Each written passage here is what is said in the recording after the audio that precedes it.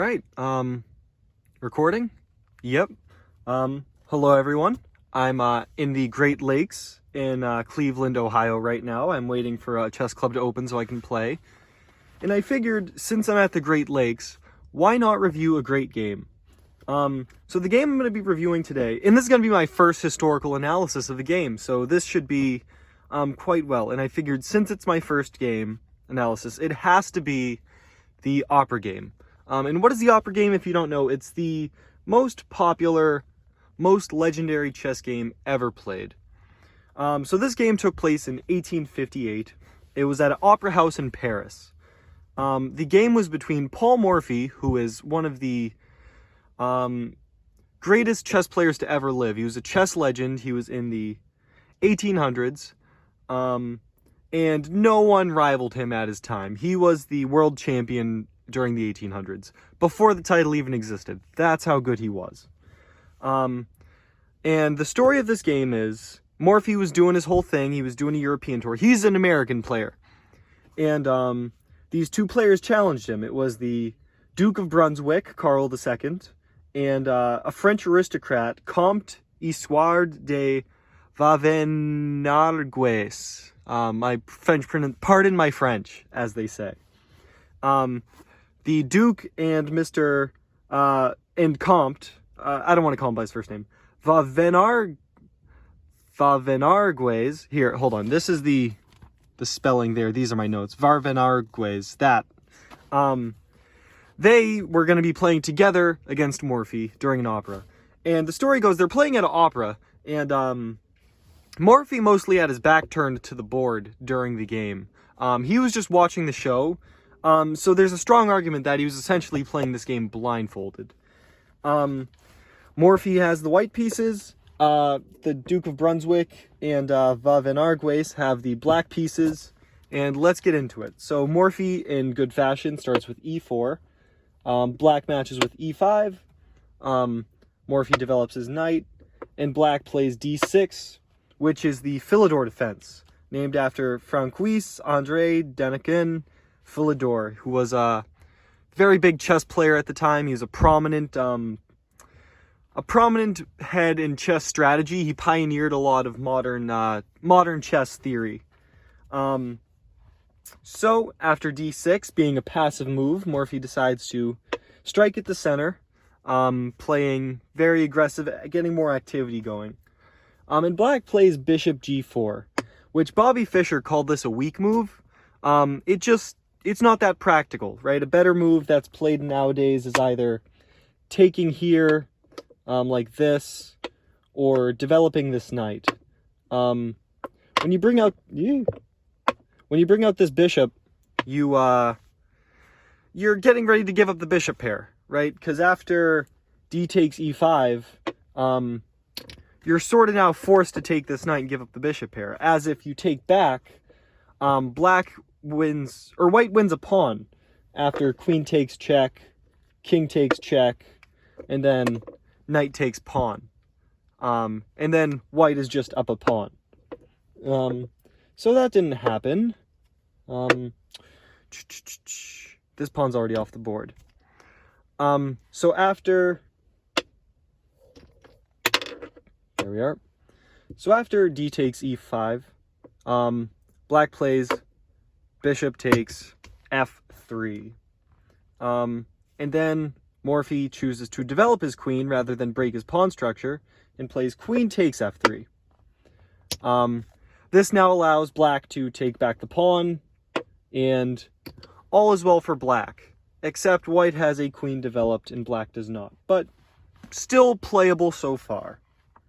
After this, Morphy develops his bishop to c4, which is a very good square for the bishop. It threatens checkmate here. If black plays something dumb like this, you have the scholar's mate with queen takes f7, and that's just checkmate.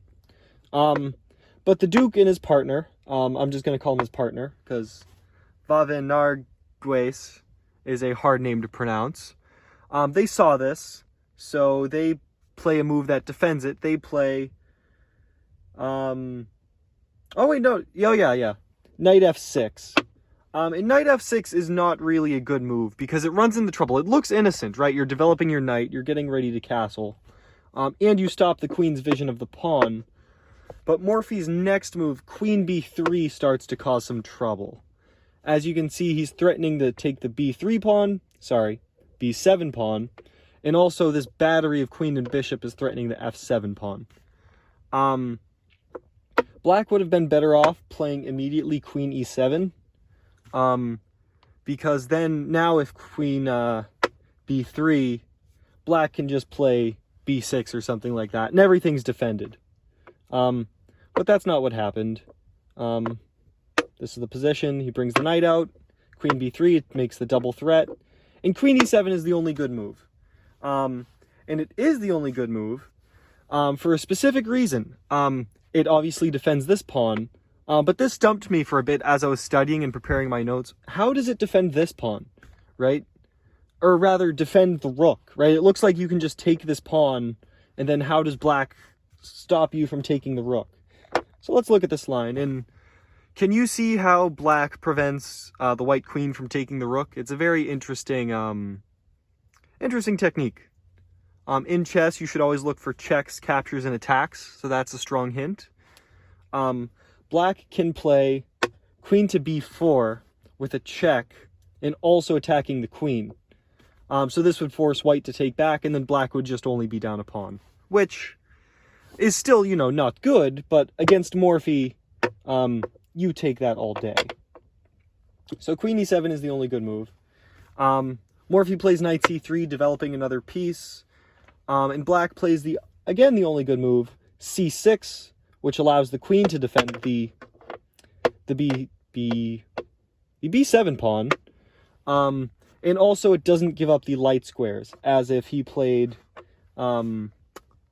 whatever that move is, b6. You then get all sorts of stuff like bishop check, queen check, and you just give up the light squares. So c6 is best. Morphy develops another piece with bishop g5. This also pins the knight, so the knight can't move. And then this is where the Duke and Van Argues go wrong. They decide to play b5.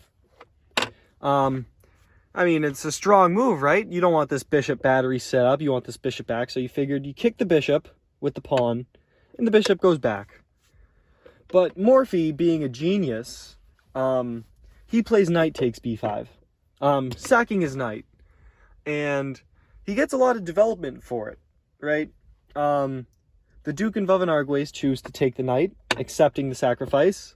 And then Morphy plays bishop takes b5 with a check. And here it's already lost. b5 lost. So this is just, you get to see the technique that Morphy has in slaying bad players. So I'll flip the page of my notes. The Duke blocks with the knight, which makes sense. You're developing the knight and you're blocking the check. The rook can also come over. Here, can you find a move that creates some good activity? I'll give you a quick second. The move is castling queenside. You get the rook on the nice open file. You have another attacker on the knight. So, black decides to defend this knight with the rook. But this is just, it's a futile effort. Because Morphy can sack his rook on this move. Yep. And then you don't want to take back with the queen because the bishop would take. You can't take with the knight because then you hang the queen. So they take with the rook. And you notice the rook is still pinned now, right? By taking there, he moves the rook into a pin. So this allows Morphy to play rook d1, bringing this rook that wasn't doing anything now to the open file. And it's soon going to become an MVP, right? And if you look at the position, you can already see Morphy's pieces are all active. Every piece is doing something, right? Except maybe the queen right now, but the queen will do something later. You look at black's position, the king's in the center. What are these rook and bishops doing? This knight is only a burden. It's being pinned. And this rook is pinned. So black does not have many moves. after rook d1, black plays queen e6 with the idea of unpinning the knight, allowing the knight to defend the rook. But this just doesn't work because bishop takes d7, getting the exchange back. Knight takes d7. Mate in 2 is on the board. Can you find it? This is the brilliant moment. Try to find it. It's a really beautiful move. That's then followed up by another nice checkmate.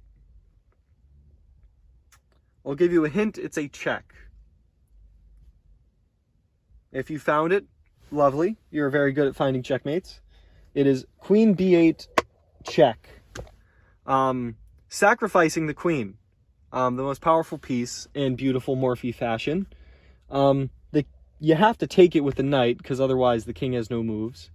So, knight takes queen. And can you find the checkmate here?